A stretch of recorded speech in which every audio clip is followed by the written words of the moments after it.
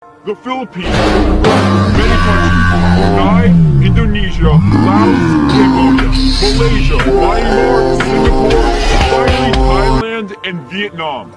This will become one giant country, and there are plans for the whole world to become multiple countries that are merged together, and they will become like some type of districts, but they will be very, very powerful.